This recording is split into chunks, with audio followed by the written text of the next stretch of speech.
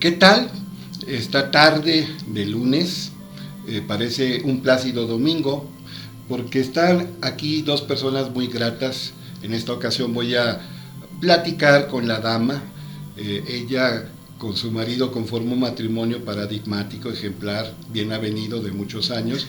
A ella la conocí allá por 1981. Estudiábamos en una universidad privada regional y había algunas materias de tronco común. Ella estaba estudiando la carrera de psicología y un servidor estudiaba la carrera de ciencias de la educación. Y a veces nos juntaban en algunas materias, lo mismo materias psicodinámicas que de psicología del desarrollo, psicología infantil, del adolescente, etcétera. Y yo me acuerdo que de las compañeras más lúcidas, más centradas, más inteligentes, era Betty Acosta, hoy de Bernabé, que hoy nos acompaña también. Aquí está el doctor Bernabé, y ya lo comprometí. Al pobre no le queda de otra más que decirme que sí, de que pronto vamos a conversar con él, que tienen por supuesto mucho en común en su área de trabajo, de estudios, de actividad, pero él como médico, como anestesiólogo y que se ha especializado en cuidados paliativos, pues hay que centrarnos también en eso y darle el tiempo que se merece.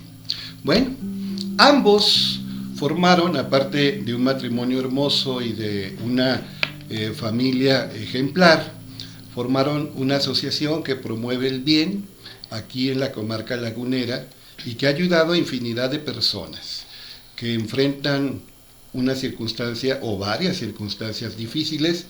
No hay un ser humano exento de adversidades, y yo creo que de lo que más nos mueve es cuando una persona que mucho queremos está próxima a la muerte según los pronósticos de los profesionales, o uno mismo está enfrentando, pues, por un traumatismo, por una enfermedad grave, por una circunstancia que el peligro de muerte.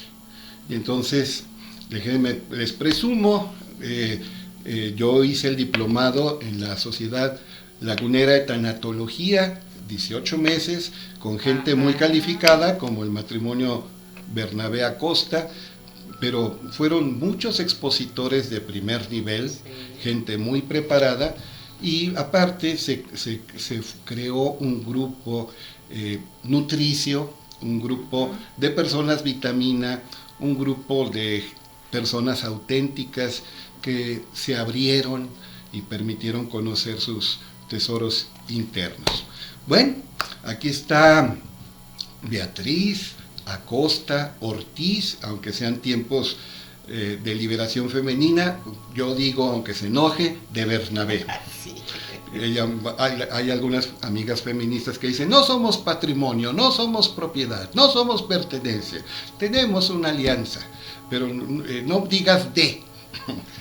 Bueno, está bien. Son usos y costumbres, pero el cariño entre ellos y la confianza entre nosotros, y lo payaso que soy me hace todavía insistir, para enojo de mis amigas feministas, en que ella es Beatriz Acosta Ortiz de Bernabé. Así es, así soy. Bueno, oiga, no sé, a lo mejor no se enoja tanto por eso, sino porque ya ventaneé que la conocí en el 81 y usted anda presumiendo que nació en los 90. No. ¿No es eso? No, me encanta mi edad porque es toda una historia de vida, de aprendizaje, de crecimiento. Nunca he sido de ocultarla, en serio, ¿no?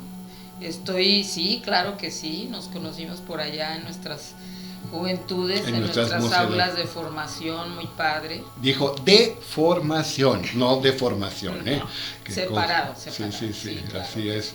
Sí, en la Universidad Autónoma del Noreste.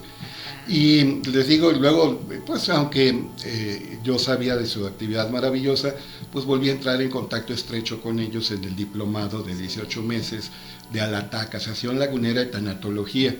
Y ahora que asumí, según yo iba a ser por un año, y más pronto cae un hablador que un cojo, aquí estamos todavía dando lata, la coordinación de las 18 bibliotecas del municipio. me encuentro con la grata noticia de que hay personal bibliotecario haciendo o que ya hizo el diplomado en tanatología. Mi queridísima Ivette Andrade, que ya está dando un diplomado los viernes y va a abrir un grupo de acompañamiento los jueves con toda la supervisión y la seriedad propia de Alatac, y hay otras compañeras que están haciendo el diplomado y que quieren ser tanatólogas. Oiga, qué raro, ¿no? ¿Y por qué le dio por tanatología viendo tantas cosas interesantes? Fíjate que esto es historia de mi trabajo laboral en el Hospital de Especialidades. Duré 31 años ahí. Y cuando hice mi cambio al área de psicología, por el simple quehacer del hospital, pues era enfrentar las pérdidas de la gente, de salud, de un miembro, de cuerpo, quemaduras, la muerte de familiares, y la verdad es que yo me sentía como sin recursos, sin elementos, porque en la universidad nunca hablamos de eso, nada, para poder dar el servicio. Claro que ahí lo hacía, pero siempre tuve esa inquietud de ver cómo o dónde, y bueno, cuando buscas encuentras. Y recuerdo muy bien cuando le comenté en alguna ocasión a Federico, revisando y buscando, le digo, fíjate que sí hay algo, se llama tanatología y es una corriente y estoy en la muerte. Y la doctora Elizabeth Kubler-Ross, que la encontré y me encantó, maravillosa. Y bueno, en aquellos años era así como mágica la palabra, ¿qué es eso? Ahorita 25, 26 años después ya está tan reconocida, sí, aunque no entendida, Perdón. Y entonces por ahí empecé a explorar esta disciplina y encantada de la vida porque me permitió efectivamente tener acceso hacia las necesidades muy puntuales de los pacientes del hospital. En aquel entonces, en todo el hospital, pues fíjate, en el hospital, no en la consulta, tenía el área de la unidad de quemados, la terapia intensiva, oncología, neurocirugía, la pediatría con sus especialidades de hemato, de oncopediatría, de neurocirugía, todos los politraumatizados, todos los que pasaban acá. Entonces era así como, y voy a decir esta palabra sin un afán peyorativo, era un laboratorio enorme para tener herramientas y buscar con qué verdaderamente apoyar. Y fue para mí así como ese recurso, y así llegué a este mundo, sin dejar de lado también las herramientas de mi propia formación. Por supuesto. Yo tengo una maestría en terapia familiar, sí, con un enfoque sistémico que es fantástico. Claro. Y luego también tengo una maestría en terapia de pareja. ¿Sí? Y bueno, tenía herramientas como para trabajar estas otras áreas, pero específicamente en mi trabajo en el hospital necesitaba conocer cosas distintas. No recuerdo si a finales de los 90, seguramente, conocí al doctor Alfonso Reyes Subiría. Él vino aquí a Gómez Palacio, al teatro, invitado por alguien o en su misma promoción que él estaba haciendo de divulgar la tanatología por el país, porque él fue el que trae a México, formándose con él en sus reuniones que hacía. Él se fue a capacitar con Elizabeth Kubler-Ross. Claro. Sí, y entonces viene aquí a Laguna y yo ya leía yo cosas de él y de Elizabeth y cositas que me encontraba. Y cuando él viene y habló del duelo y muy padre y fantástico, yo dije, o sea, sí es por ahí, eso es lo que estoy haciendo. Y bueno, después él en Durango hace un convenio a través de Ibero, sí puedo decir nombre, ¿verdad? Por supuesto. Y en Durango empezaron a hacer la primera formación en tanatólogos, el primer diplomado. Y íbamos de aquí, a nosotros nos invitaron en algún momento para ir a dar módulos allá. Pero antes de esto, una enfermera muy querida, Alicia Garibay Caldevilla, te deberá sonar claro. Su nombre y su historia familiar. Sí, sí, sí. Ella fue a formarse con él a Durango, ¿sí? Y entonces Ibero la captura y le dice, oye, pues aquí, mero. Y ella inicia aquí en Ibero los diplomados en tanatología, que en la actualidad están a cargo de Susana Díaz, de la SUSI. Que fue maestra también en el diplomado que ustedes organizaron. Así es, que también la invitamos, amiga querida, cercana, que también ella ha hecho mucha labor en este sentido. Y bueno, pues así es como empieza a crecer aquí toda esta inquietud de llegar más gente con formación y bueno, así empezamos también nosotros sin querer ni pensar la trascendencia que tendríamos en algún momento. Pero pues iniciar este diplomado del que tú hablas, donde tú participaste, que efectivamente duró 1 año y medio, fue así como empezar a compartir lo que sabíamos, lo que leíamos con más gente, y cuando vimos el entusiasmo, y tú recordarás que era un grupo muy grande. Así es. Y le decía yo a Federico, oye, pues vamos a aprovechar toda esta gente y hacer algo más. O sea, yo no soy de la idea de quedarnos con lo que aprendemos o sabemos aquí. Pues aquí no te sirve para nada. Y de ahí surgió, exactamente de ahí surgió la inquietud de hacer una asociación. Nos constituimos oficialmente en el 2012 y arrancamos con una principal idea de atender a dolientes, o sea, personas en duelo por pérdida de seres queridos, por muerte. Claro. Y básicamente era porque en el hospital la otra cosa que aprendí, Antonio, es que mucha gente tenía enfermedades o los expresaba somáticamente por manejar las emociones mal de las pérdidas. Y luego ahí veía cómo andaban con un médico, con una enfermedad, con otra, con medicamentos, y andaban en un peregrinar cuando en realidad de fondo eran sus pérdidas, sus duelos o cuestiones emocionales. Y entonces por ahí surge esta iniciativa y bueno, 10, 11 años después, a través de los años fuimos haciendo modificaciones y flexibles en nuestros criterios de inclusión a los grupos de acompañamiento, porque empezó a llegar gente con divorcios, con pérdidas de empleo profundas, severas, con las jubilaciones. Nos tocó desafortunadamente el tiempo en que iniciamos nuestro trabajo, todo lo de la violencia y desapariciones horribles, horrible todo eso. Y bueno, ahí fuimos, y hace 3, 4 años, con el incremento de la incidencia de de suicidios, le entramos a formarse gente en los diplomados de suicidología para atender y abarcar también esta área, porque nos empezaron a llamar para hacer posvención. La posvención es una intervención que se hace cuando ya se cometió un suicidio en el entorno que tenía la persona, lamentablemente. Entonces, dijimos, no queremos estar haciendo esto. La prevención. En mis tiempos de estudiante, yo no sé, a ti a lo mejor también se los enseñaron, decía el papá del suicidio, que no me acuerdo si se apellidaba Rojas, no recuerdo quién era el teórico que se usaba.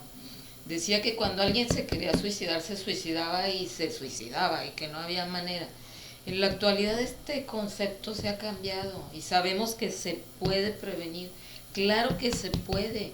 Y entonces la prevención tiene que estar ahí, tenemos que estar dándole. Y le hemos centrado mucho a esta área, capacitándonos con pláticas, con actividades. Y gracias a ustedes, el año pasado tuvimos ahí en Paseo Colón, tuvimos una entrevista en radio, y actividades que hacemos en escuelas, en universidades, en empresas, y bueno, en eso andamos. No más. Sí, la tanatología es una disciplina joven, pero que apareció cuando tenía que aparecer, y poco a poco, pero se ha ido consolidando. Se dice que en 1901 un médico ruso, Meshnikov, Elías Meshnikov, habló de tanatología, pero era una tanatología forense y tenía que ver más con la necrología, con los cadáveres. El estudio de sus tejidos. Exacto, así es. Pero luego en los 70 y sobre todo en los 90, pues se empieza a difundir pues, los trabajos de Elizabeth Kubler-Ross, previamente de Raymond Moody, aunque Elizabeth Kubler-Ross ya tenía muchos estudios y le llega a prologar un libro a Raymond Moody. Había también cierto morbo porque era una tanatología centrada en las experiencias cercanas a la muerte. Así, con pacientes terminales específicamente. Sí. Que es muy interesante y que con criterio, con razonamiento, con método científico, conviene también abordar. Pero importa que haya vida más allá, sí, pero importa que también haya vida más acá, ¿no? Ajá, y calidad de vida. Calidad de vida, sobre todo. Y ha ido cambiando el enfoque. La tanatología no es un estudio de la muerte en cuanto a muerte, sino un estudio de cómo ayudar a las personas a vivir mejor y cerrar sus ciclos de la manera más digna, de la manera más sana, de la manera más positiva para todos. En este sentido, la tanatología pues es una preparación para la vida o dar recursos para vivir mejor en cada momento, sobre todo en esos momentos difíciles de una enfermedad grave, de un accidente trágico, de una proximidad de la muerte. Y pues sí, tú mencionaste a la Suiza, miembro de trillizas, tenía dos hermanas idénticas, que estudió pediatría y que estudió más tarde psiquiatría, pero ella misma dice, esto lo aprendí con y al lado de personas en tránsito de muerte, y enfrentó una oposición férrea de los profesionales de la salud, y no solamente al principio, durante y después, todo el tiempo, hasta me acuerdo que puso en el campo una casa para atender sobre todo a gente, a enfermos de SIDA, a seropositivos, y los fundamentalistas, los fanáticos religiosos, decían que merecían lo que les estaba pasando porque habían pecado, y poner una casa donde se atendía y se les daba trato digno era hacerle el juego al demonio, y se le incendiaron. Así fue. Es que muchos creen, por ejemplo, que las personas que tienen evolución no tienen problemas, tienen una existencia casi angelical y levitan y nada les perturba, pero parece que esas personas positivas que nadan contracorriente concitan el odio de gente menos evolucionada.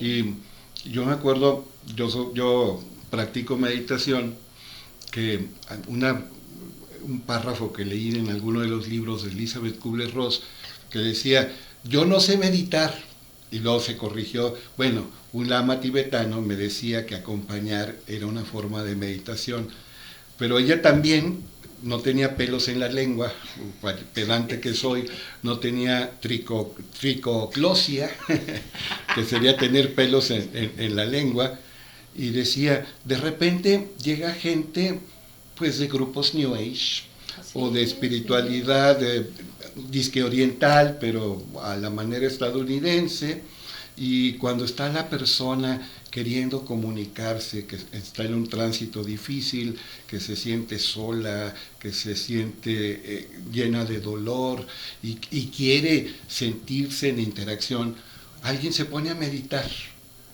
Y decía, no te pongas a meditar, a repetir mantras, percibe al ser humano, escúchalo, interactúalo con él, hazlo sentir acompañado.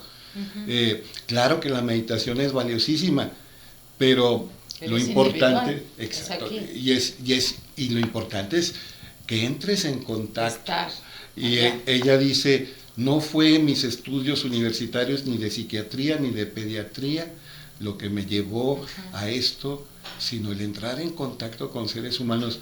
La gente aprende de la gente, y sobre todo en experiencias difíciles, las famosas experiencias límite, de que hablan tantas personas. Oye, y luego el vértigo de la sociedad actual que parece que fomentan la competencia exacerbada, hay todos contra todos y salves el que pueda, y lo importante es el éxito, lo importante es el triunfo, lo importante es el logro, tú no vales si no refulges, si no posees, si no acumulas, etcétera. Y Elizabeth Kubler-Ross decía que el valor de la persona es independiente de sus logros y que un ser humano es como la velocidad de la luz. A la velocidad de la luz no le puedes agregar otra velocidad. Es absoluto, es una constante.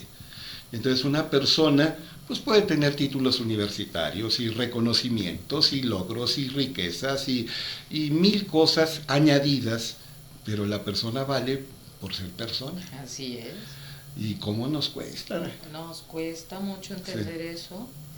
Y fíjate, aquí lo increíble es que algo que yo les digo siempre es, en el desempeño de la tanatología, les digo, todo mundo podemos acompañar, y lo hemos hecho durante siglos, porque como seres humanos hemos vivido lo mismo. Todo el mundo hemos vivido pérdidas y sufrido historias y cosas y migraciones y de todo. Pero exactamente esto que dijiste del vértigo de la sociedad actual, de la competencia, pero no de crecimiento, sino de yo te tengo que ganar y dejar atrás. Sí. Les digo, esto es como parte del ser humano. Si tú recuerdas, Freud decía que el ser humano era amorfo y perverso, los niños. La frase es perverso polimorfo. Ándale, bueno, polimorfo, fíjate, más peor. Entonces es, híjole, pues sí tenemos, sí somos así, pero somos todos malos y somos todos buenos también, ¿no? Pero es poder entender desde nuestra experiencia qué pueda estar sintiendo el otro. Mi otra cuestión y mi otro tema siempre en esta área es esta cuestión del concepto de empatía. Exacto. Porque siempre preguntas y te dicen muy fácil, ponerse en los zapatos del otro. ¿En serio? ¿Te pondrías en los zapatos de esta mamá que perdió a sus 2 hijos en un trágico accidente? No, yo a mí, gracias a Dios, nunca me ha pasado eso. O sea, no es por ahí. No, yo creo que tenemos que hacer cambios muy profundos de cómo conceptualizamos cosas desde el interior y no repetir como periquito conceptos. Y creo que es como el núcleo de la tanatología, fíjate, el aprender a ser compasivos. La compasión me encanta como emoción y como concepto, porque es querer. Y el Dalai Lama dice que la esencia de todo es la compasión. Sí, y mira, yo no he leído ese libro, pero estoy segura, porque así lo viví, así lo aprendí, así como decía mi maestraza Elizabeth Kubler-Ross. Nuestra maestraza. Mira, ya se apoderó. Que pues esta dama, doctor. Nuestra. Oh. Sí, lo aprendes con las personas.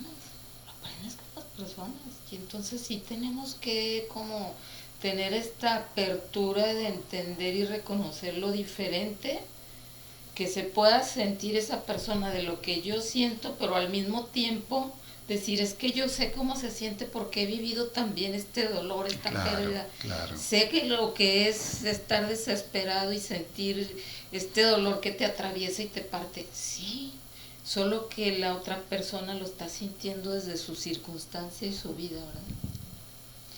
Y fíjate, todavía en su momento el doctor Reyes Subiría como que se arrepentía a veces de cómo tan rápidamente se difundió la tanatología como, ¿qué sería la palabra?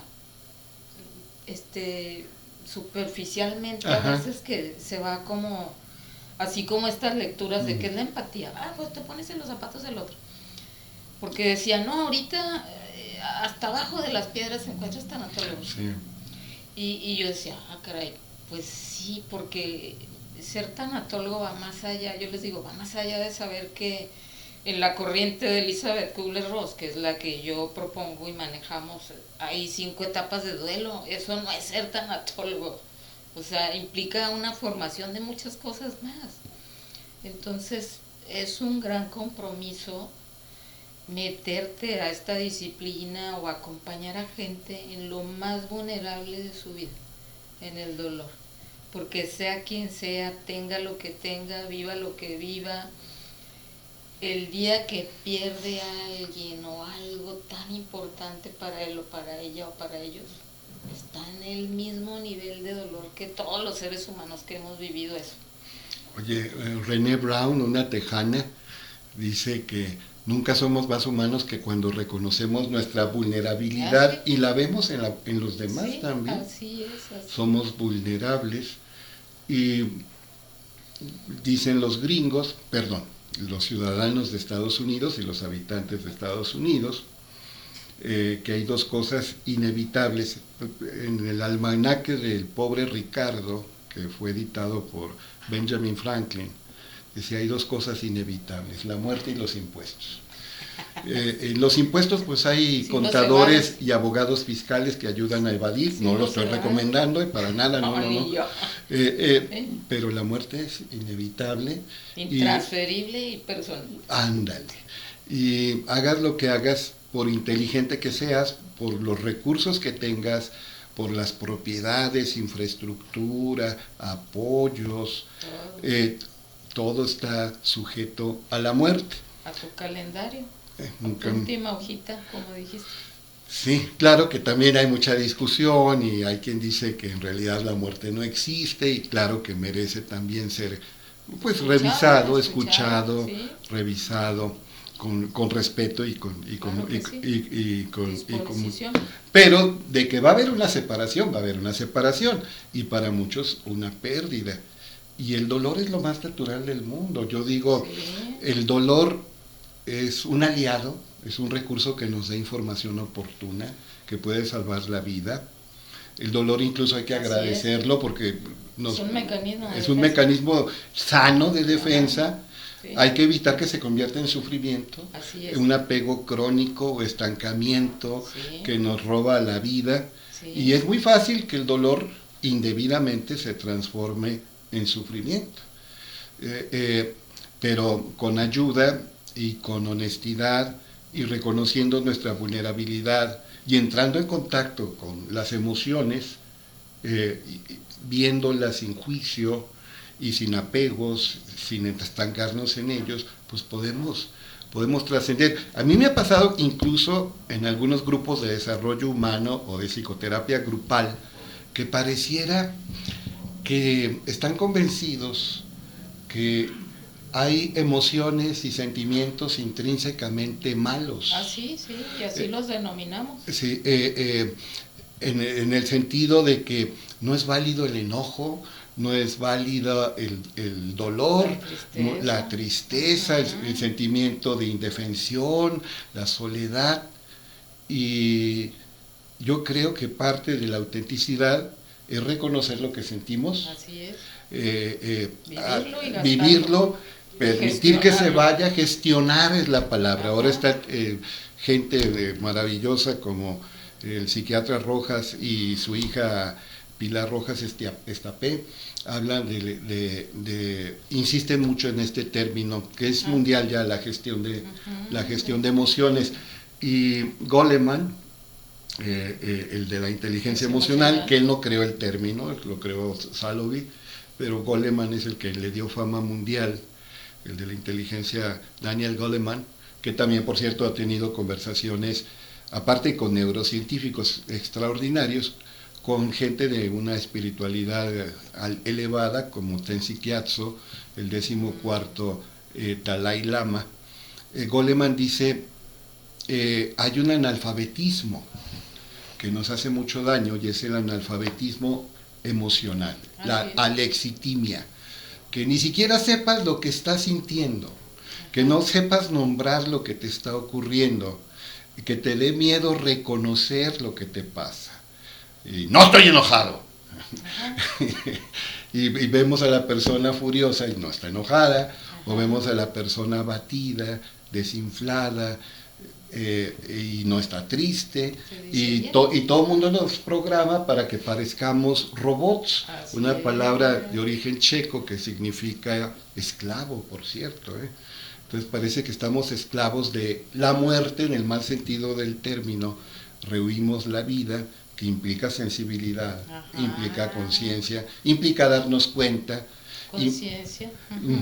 Sí, sí, sí. Y insisto, el dolor es un aliado, hay que evitar el sufrimiento, pero el dolor es un aliado. Y emociones intrínsecamente malas, pues son malas cuando ya las cristalizamos, las fosilizamos, nos estancamos en ellas. Pero pues, es parte de la vida, ¿no? Sí, y fíjate que a mí me gustaría hacer un comentario respecto de tu comentario que dijo, que yo dije que tú dijiste. Esto de que hay que evitar el sufrimiento. Alguien en tanatología lo suelo escuchar esta sacada del contexto de un comentario de Buda respecto a que el dolor es como va a ser real, pero el sufrimiento es innecesario. Dentro del área y de cuidados paliativos te lo hablará Federico en su tiempo, en su momento, y aquí algo que debemos aprender a ver es que el sufrimiento es inevitable, de que le digas a alguien que perdió a su hijo en un accidente hace rato, ay, no sufra, usted no debe sufrir, evítelo. No, cuando estamos en pérdida hay sufrimiento físico, cognitivo, emocional, económico, familiar, a veces hasta social, con todas estas cuestiones de tragedias que hay. Acabamos de ver una noticia ahorita en el periódico de un tiroteo nuevamente en Estados Unidos. Claro. O sea, hay sufrimiento social. Y del dolor en cuidados paliativos se habla de sufrimiento total. En algún momento en que estás inmerso en esa circunstancia, no puedes decirle a alguien que no sufre. Claro, no, nunca. Como tampoco debes decir échale ganas, ¿verdad? No. Échale ganas si te aventas el 5K o el maratón Lala. Sí, pero creo que también es como este aprendizaje que en esta área o en esta disciplina en tanatología, o cuando acompañas a personas con pérdidas o en duelo, no tienes que moverte de esa concepción de que el sufrimiento no se vale. Porque es esta parte de que hablamos de aprender a reconocer los sentimientos. Mira, yo finalizo mis sesiones de trabajo y siempre le pregunto a las personas, ¿cómo te sientes? Bien. En automático contestamos. Exactamente. Y entonces... Bien, gracias. ¿Y usted cómo está? Segunda sesión, ya se ríen y me dicen, ya sé que no quieres que te diga bien. Le digo, el trabajo que estamos haciendo tiene como finalidad, entre algunos de sus objetivos, que aprendas a reconocer que sientes y a decirlo. Porque no nos atrevemos a decir, es que estoy enojado, porque el que se enoja pierde. Ese es el más satanizado de los... y los hombres no lloran. Ya, los hombres no lloran, entonces imagínate que, no puedo decir esta palabra, pero piénsenla, les ponen a los varones, empieza con la letra que quieras. Sí. Me la imagino, Pero es como aprender a aguanta. Y en los grupos de acompañamiento, por ejemplo, nuestra metodología, nuestro trabajo es algo que vamos promoviendo, enseñando, es un proceso psicoeducativo finalmente, ¿sí? Y ponemos tareas donde a la gente le pedimos que reconozca lo que siente.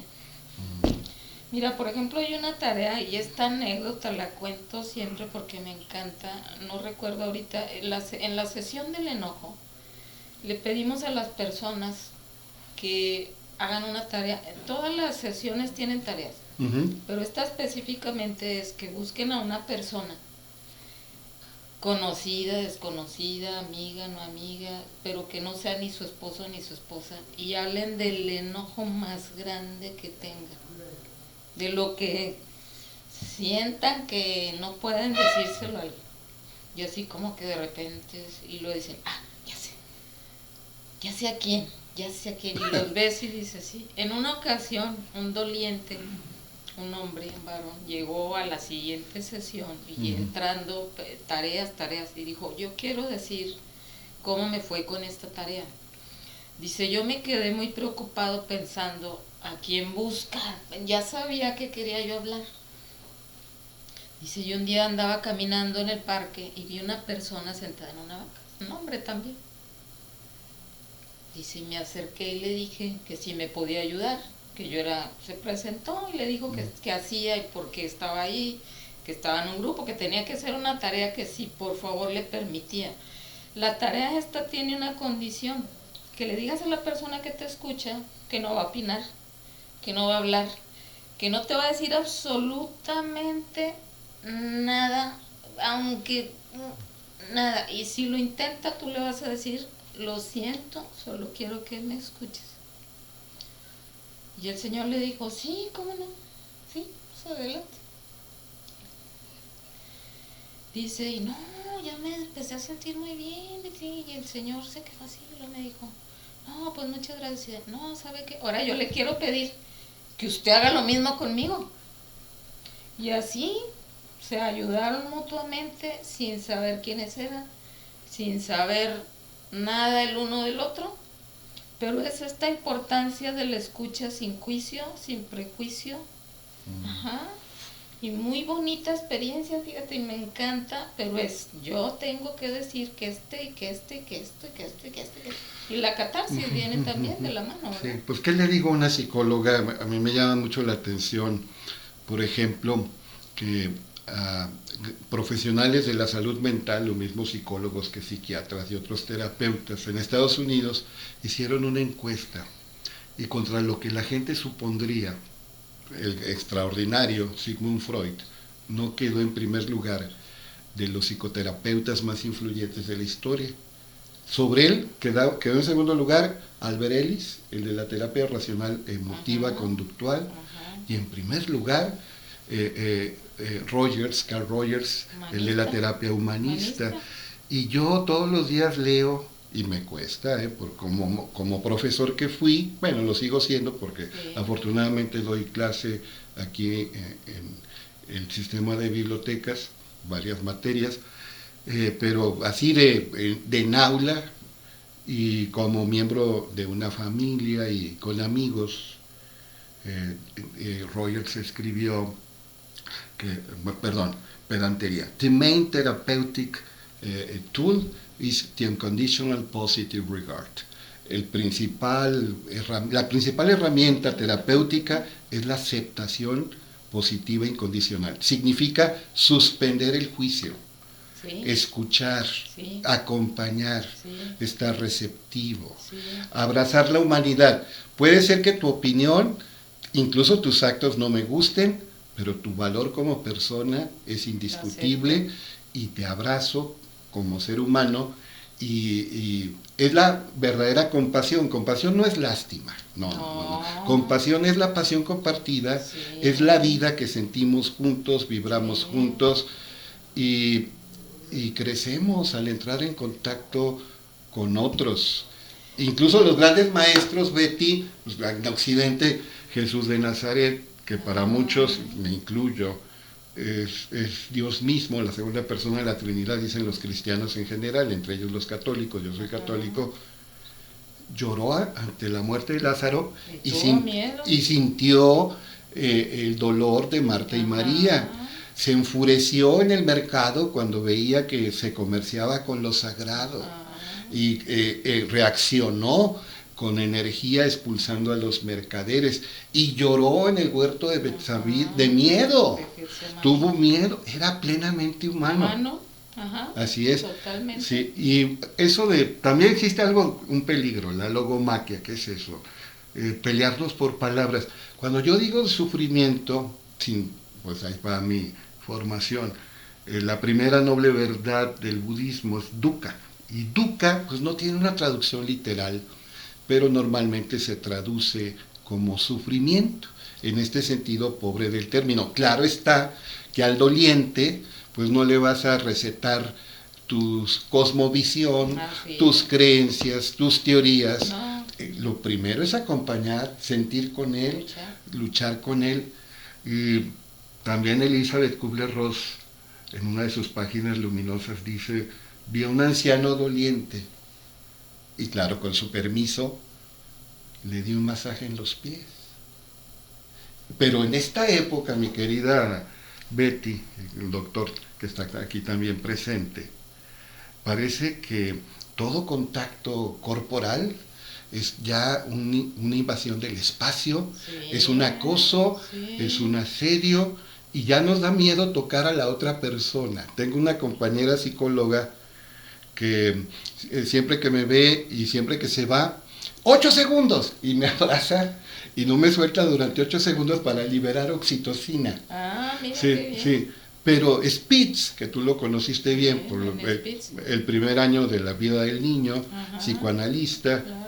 decía que una tragedia de la sociedad contemporánea es lo que él le llama stroking starvation, el hambre de caricias. Ese contacto, ausencia de contacto, carencia de proximidad, que hacía morir a los niños en los hospitales y hasta se creó el término espantoso de hospitalismo, ¿no? Ajá. Niños que recibían la nutrición adecuada, Sí. que tenían enfermera, hasta médico, suplementos alimenticios y enfermaban, languidecían, caían en marasmo, fallecían.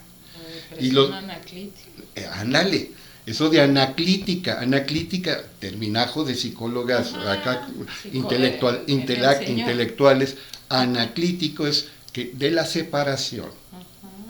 Ana, que lleva a, y clis significa separación. Entonces, muchas separaciones duelen. Sí. Y cómo cuestan los dolores, también hay dolores del crecimiento, la separación, bueno, salir del vientre materno, irse separando de la mamá, irse separando de la familia, ir separándose de las figuras que nos dan confianza, en su momento, por un divorcio, una separación, lo que sea, separarse de la pareja. Los que se van a estudiar fuera, tus hijos se fueron a estudiar fuera, Así es. pues es una separación anaclítica. Sí. Anaclítica, y no solamente se refiere, como algunos psicoanalistas, paidopsicoanalistas, no solamente se refiere a la separación del niño de la madre, no, es cualquier separación dolorosa. Esa es la famosa separación anaclítica.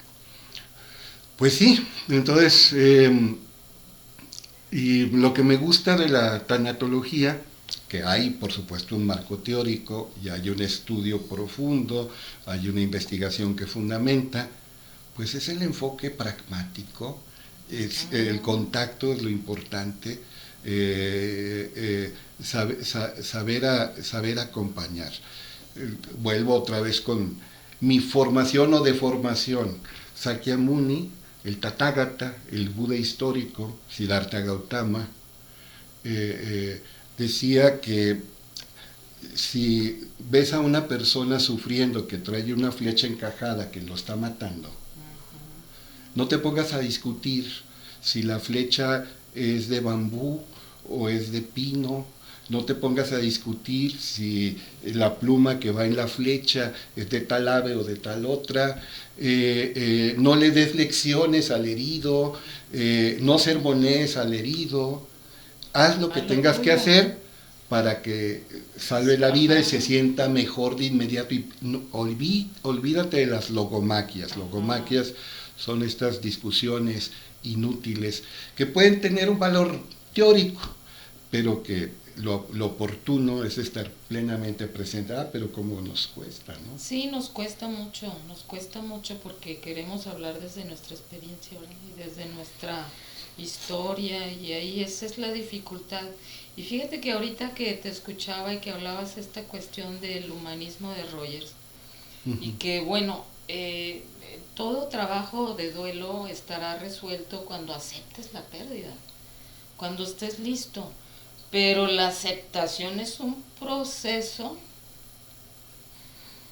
Y que no se vale saltar etapas, no se puedes, vale empujar el río, no se vale acelerar, pero esta prisa, este frenesí de la época actual, queremos todo inmediato, instantáneo.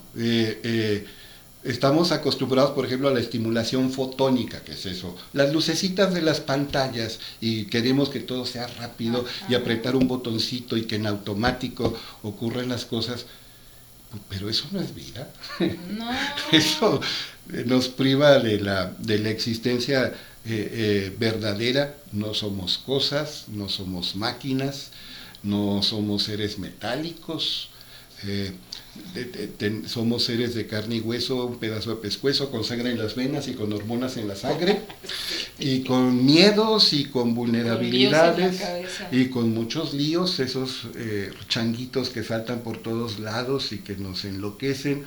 Tenemos, hasta el más bruto tiene 60,000 ideas diarias.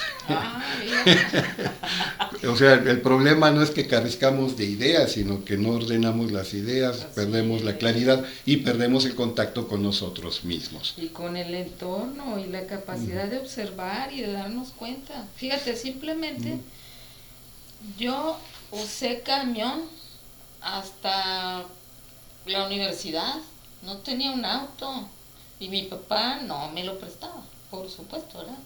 Entonces en el camión aprendí canciones, observaba eventos, pleitos, enamoramientos, líos, escuchaba chismes, me aprendía noticias, conocía lo que el chofer, dónde vivía y qué hacía, si ya se subía al que cobraba y platicaba. Ya no hacemos eso. No, yo doy testimonio de eso porque yo estudiaba 2 licenciaturas simultáneamente y modesto, sencillito y humilde que soy, fui el mejor estudiante de las 2. Sí. Nótese lo sencillo y modesto que soy. Pero yo estudiaba, regresando, acompañaba a la madre de mis hijos, era mi novia, a su colonia muy apartada, tomábamos el camión en el centro, allá a 2 cuadras de La Guane, Ruta Dorada, y se tardaba hora y media en llegar a su destino.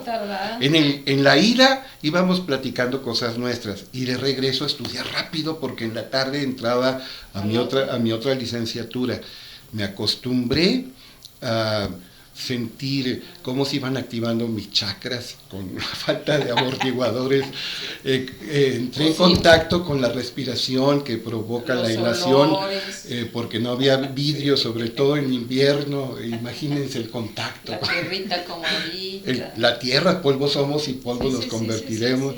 Todos los sentidos alertan. Y yo aprendí, por ejemplo, puedo estar en el sitio más ruidoso que no me va a gustar, pero me puedo concentrar por completo en lo que estoy leyendo. Y por ahí hay así le dicen ellos, un yearbook, un anuario, los de la Colegio Americano, donde está el menso del profe Álvarez, Mr. Álvarez, disque de chaperón, en una fiesta ruidosa, y pues y yo estoy al lado de una bocinota leyendo. Y entonces les pareció chusco a los que andaban cubriendo el evento y me retrataron yo leyendo al lado de la bocinota. Yo veo de repente a alguien, no me puedo concentrar porque escuchó un susurro, murmullos de unos cuantos metros y no se pueden concentrar. Entonces la adversidad nos hace más fuertes y sabemos procesarlo, ¿verdad? Pero necesitamos ayuda y a veces lo más inteligente es pedir ayuda, ¿no? Así es. Sí. Así es. Entonces, pues aquí estamos en Alatac con este servicio de ayuda, de apoyo, de acompañamiento, con todas estas actividades. Por ahí te comenté que también tenemos un proyecto que se está horneando, gestando. Ojalá lo arranquemos en febrero. Queremos que nos facilites uno de tus espacios del poniente. No, ella ya sabe, porque, bueno, no son mis espacios. El Instituto Municipal de Cultura y Educación quiere que para promover causas nobles, no solo los espacios de bibliotecas, sino todos los espacios culturales, que son varios, pues se abran a la gente, porque va en beneficio de los habitantes de Torreón. Pero por lo pronto, más allá de lo que se está gestando, lo que ya está horneado, que ya salió del horno, hay 4 grupos de acompañamiento. Betty, ¿nos recuerdas dónde van a estar? Sí, ahorita específicamente podamos decir las direcciones. Tenemos un grupo aquí en la biblioteca Ignacio. No, esta se llama José García de Letona. José García de Letona. Todo el mundo la conoce como la Biblioteca de la Alameda. Otro grupo lo tenemos en Matamoros, otro grupo en Centro Saulo, y ahorita me estoy perdiendo, pero aquí tengo ya en el Salón Cantoya en la colonia Las Torres. Toda esta información está en nuestra página en Facebook. a la TAC, así con mayúsculas, ahí está publicado ya los teléfonos de contacto. Nos preguntan a veces en las páginas si se tiene que inscribir. No se tienen que inscribir, con que se presenten en el horario y en el lugar que mejor les convenga o les acomode, ahí serán recibidos y ahí iniciarán su proceso de acompañamiento, que es una metodología de trabajo de 8 semanas, según el día que está programado, en una duración de 2 horas por semana. Así es. Y 8 semanas en este proceso psicoeducativo, digamos. Y bueno, pues esas son las actividades que tenemos ya de inicio, de arranque. Este próximo jueves, o sea, el día 26, cerramos nuestro 9º diplomado. Clausuramos de formación. ¿De cuál formé yo?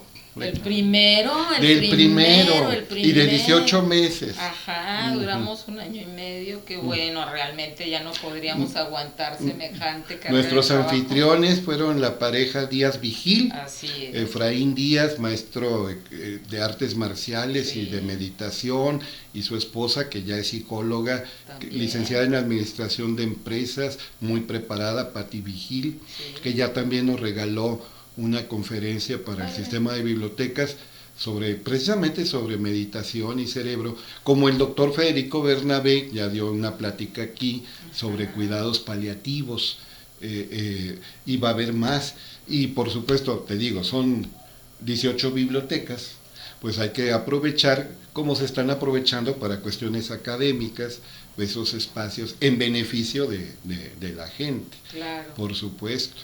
No la vamos a soltar a la TAC, porque es una sociedad noble, altruista, que busca el contacto con las personas y fortalecerlas por completo. Algo más, mi queridísima Betty, que la conocí en el 81, es una señorita, es una jovencita todavía, pero la conocí en el túnel del tiempo nos vamos al 81. Uh-huh. Pues qué decirte que en la actualidad, con todas nuestras actividades, creo que, no recuerdo la cantidad, pero hay un aproximado de 20,000 personas que han recibido el beneficio de nuestras actividades a través de los grupos, a través de conferencias, de talleres y de actividades diversas en hospitales, universidades, prepas, primarias, etcétera, dentro de nuestra visión. Nuestra visión dice que Espérenme. Es que la razón, bueno, según los tratadistas administrativos, la misión es la razón de ser. Sí. ¿Cuál es la razón de ser de la TAC? Acompañar a personas en proceso de duelo por muertes de seres queridos. ¿Y cuál es la visión de la TAC? Según los tratadistas administrativos, es cómo ven a su organización dentro de algunos años. Sí, en ofreciendo este servicio, este apoyo, en distintos lugares. Y fíjate, en aquel momento en que hicimos nuestra planeación específica, era así como de, ¿y a dónde serán nuestros en distintos lugares? Pues te podré decir y comentar que, por ejemplo, ya fuimos a Laguna del Rey, solicitados por cuestiones desafortunadamente hubo una muerte trágica y etcétera, a trabajar en una preparatoria y en una secundaria simultáneamente con el gran equipo de voluntarios que se ha conformado, porque en realidad es la fuerza, es la energía, el corazón de todo este grupo. Estuvimos por allá en pandemia, pudimos atender gente de Estados Unidos del Norte, Canadá, Cincinnati, Perú, Panamá, Hidalgo, Yucatán, Mérida, pues esta tecnología maravillosa que es una ventana al mundo nos facilitó eso. Y pues eso era llegar a otros lugares, ¿sí? Aquí estamos pues en Matamoros, en Gómez Palacio, hemos dado pláticas en Lerdo, en hospitales, a lo mejor ahorita me pierdo de algún otro lugar, pero así ha sido nuestro alcance y estamos muy contentos todos con estos logros. No, pues sí. Lo que se ve no se cuestiona, como decía el clásico. Lo que se ve no se pregunta. Un filósofo nacido en Michoacán y que la gente cree que es de Ciudad Juárez. Ya desde ahí lo que ya se, tiene pérdida de identidad. Lo que se ve no se cuestiona. No, pero hablando en serio, por sus frutos los conoceréis, dice el libro de libros, y en el corazón del libro de libros los evangelios. El buen árbol, los profetas, buenos y malos, como los árboles, por sus frutos los conoceréis. Y entonces decía Cervantes que cada ser humano es hijo de sus propias obras, así que ustedes son hijos de padres muy positivos porque sus obras son benéficas.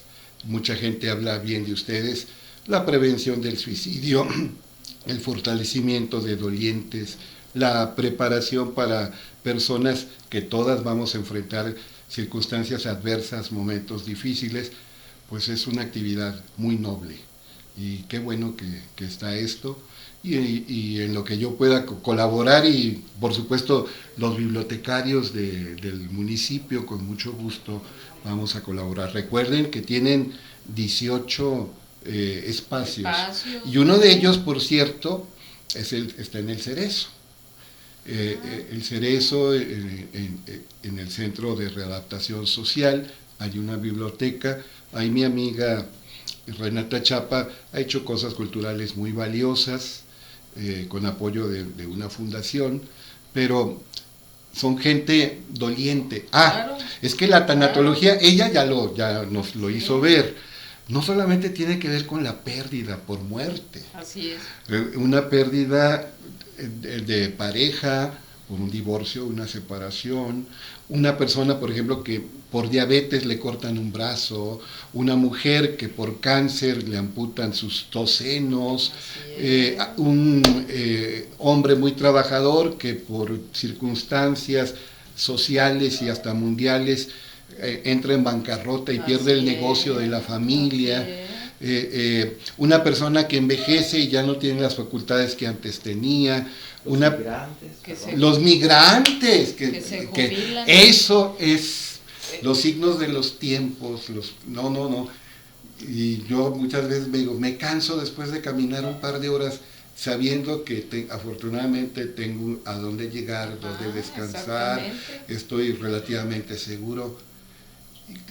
Hay gente que viene con bebés, con los pies ampollados, quemados por el sol o por el frío de la madrugada, hambrientos, que sufren agresiones, que las pobres muchachas tienen que tomar anticonceptivos porque saben que muchas de ellas van a ser violadas, que los que deben protegerlas son los principales agresores.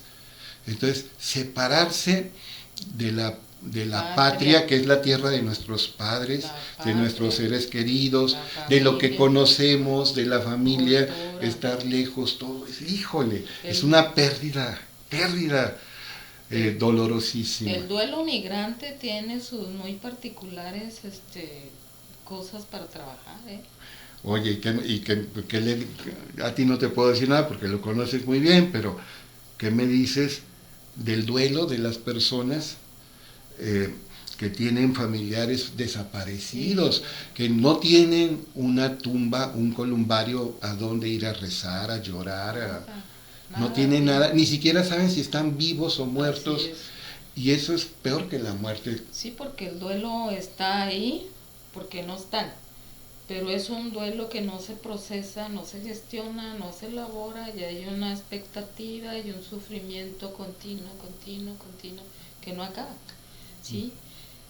Desgraciadamente, y es algo que comentamos Federico y yo le digo, cuando encuentran restos humanos, que lamento tanto eso por una parte, pero por otra parte le digo, ¿sabes qué? Una familia que ya sabe dónde está su familia.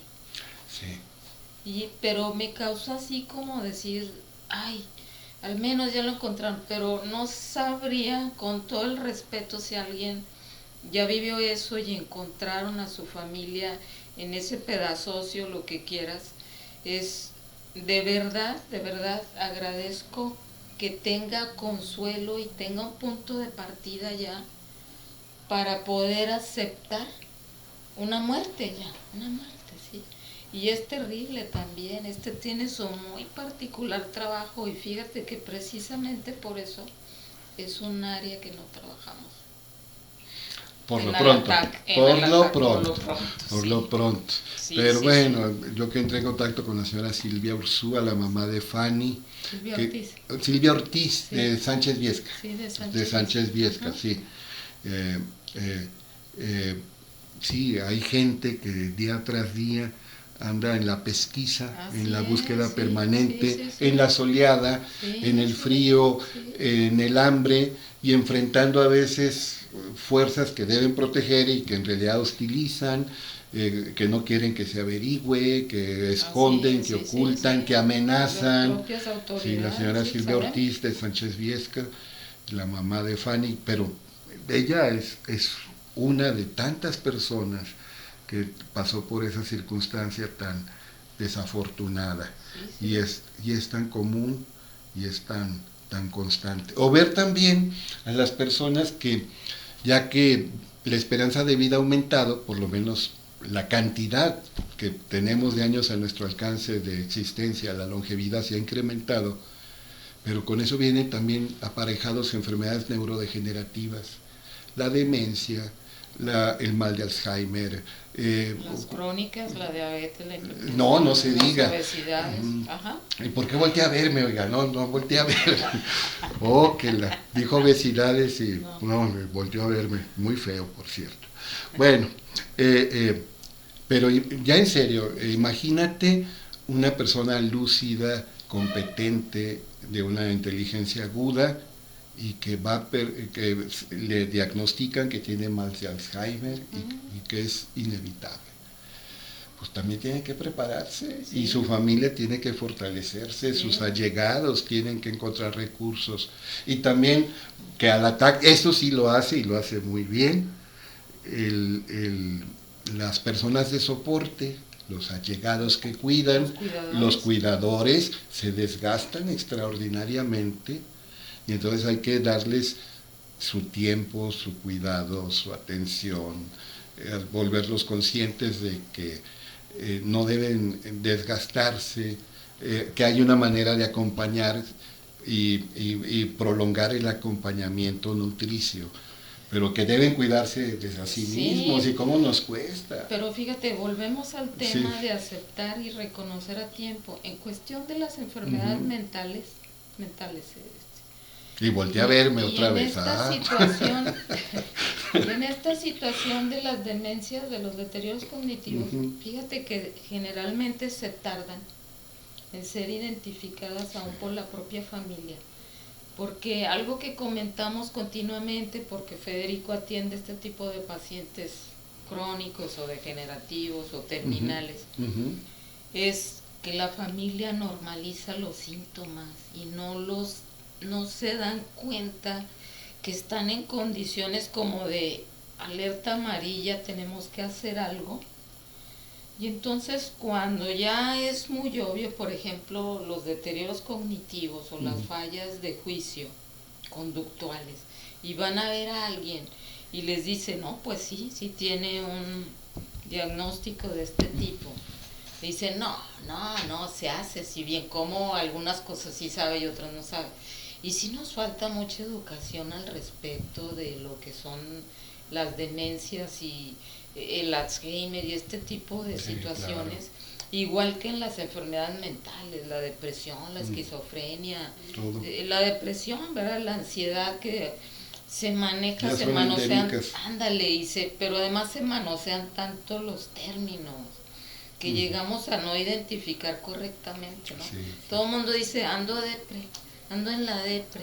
La gente en duelo, otras personas les dicen, es que estás deprimido, necesitas buscar a un médico porque estás deprimido. Les digo, no está deprimido, está en duelo y tiene la tristeza más profunda y grande. Y haciendo un diagnóstico diferencial, que lo hacemos en el diplomado, les enseñamos a hacerlo, los síntomas pueden ser muy parecidos y iguales, pero aquí una gran diferencia que siempre vamos a considerar es que aquí, en esta tristeza, hay una pérdida. Eso. Acá, pues, Es endógeno a veces, ¿verdad? Endógeno, puede ser reactivo también. O reactivo, pero aquí hay algo muy específico. Una pérdida. Entonces, eso les decía también, por ejemplo, en el Congreso Nacional de Geriatría al que me invitaron. Aprendan a diferenciar, porque en el adulto mayor está deprimido y se trabaja como depresión, y el adulto mayor, el viejo, tiene muchas pérdidas de muchos tipos. Sí. Dijiste muy bien, la juventud, la jubilación, si era don director general de no sé los dónde, amigos que se van muriendo. y se regresa a su casa y no haya que hacer y no se programó y era un espacio que no conocía, la salud física merma, las cualidades físicas merman, el ingreso a veces merma, entonces todo esto no lo vemos. Y a lo mejor empieza a tener gastritis, a lo mejor empieza a tener dermatitis. Está somatizando. Le empiezan a doler y o está gestionando mal sus emociones. Pero la familia que ve como algo natural lo que no debería tomarse como algo natural, sino que requiere atención oportuna, paradójicamente, dizque aceptando eso, está negando. Así es. Es contradictorio. Así es. Es contradictorio. Fritz Perls, el creador de la psicoterapia gestal, decía, un neurótico es la persona que se resiste a ver lo obvio. Y a veces, pues lo obvio puede ser que mi mamá se le olvida todo. Y en parte porque hay una vinculación, una satisfacción vicaria. Si se le olvida a mi mamá, es como parte de mí. Pero también me está pasando a mí y mejor digo que me está pasando a mí. Así es. Entonces hay muchas cosas, es complejo, pero se necesita un acompañamiento fundamentado, una proximidad nutricia, un grupo que ayuda a abrirse y a crecer, un grupo que alimenta. Oigan, yo soy fanático de la etimología, indebidamente, pues es una de mis tantas adicciones. Y vamos a terminar esta charla a sabiendas que por la generosidad del doctor Federico Bernabé va a haber otra, ya más centrados en su actividad profesional, pronto, muy pronto. A mí me llama mucho la atención la etimología de Beatriz. La que hace feliz. Ándale. La etimología de Federico, el Señor de la Paz. Entonces, felicidad por una parte y por la otra paz, serenidad. Entonces, sí, Al-Attack tiene buenos líderes porque traen felicidad en el sentido de aceptación de la vida en plenitud, de la vida en abundancia, y trae la paz, trae la serenidad. Betty Acosta y don Federico Bernabé, miembros de Al-Attack, una asociación que de veras hace el bien en la comarca lagunera. Pues muchas gracias, Betty. Gracias, muchas gracias a ti por este espacio y por permitirnos compartir y que nos conozcan. Sí. No, y no los voy a dejar escapar, van a ver, va a haber más exposición en beneficio de la comunidad lagunera. Claro que sí. Bueno, por lo pronto. Buenas tardes. Hasta pronto. Hasta pronto. Sí, gracias.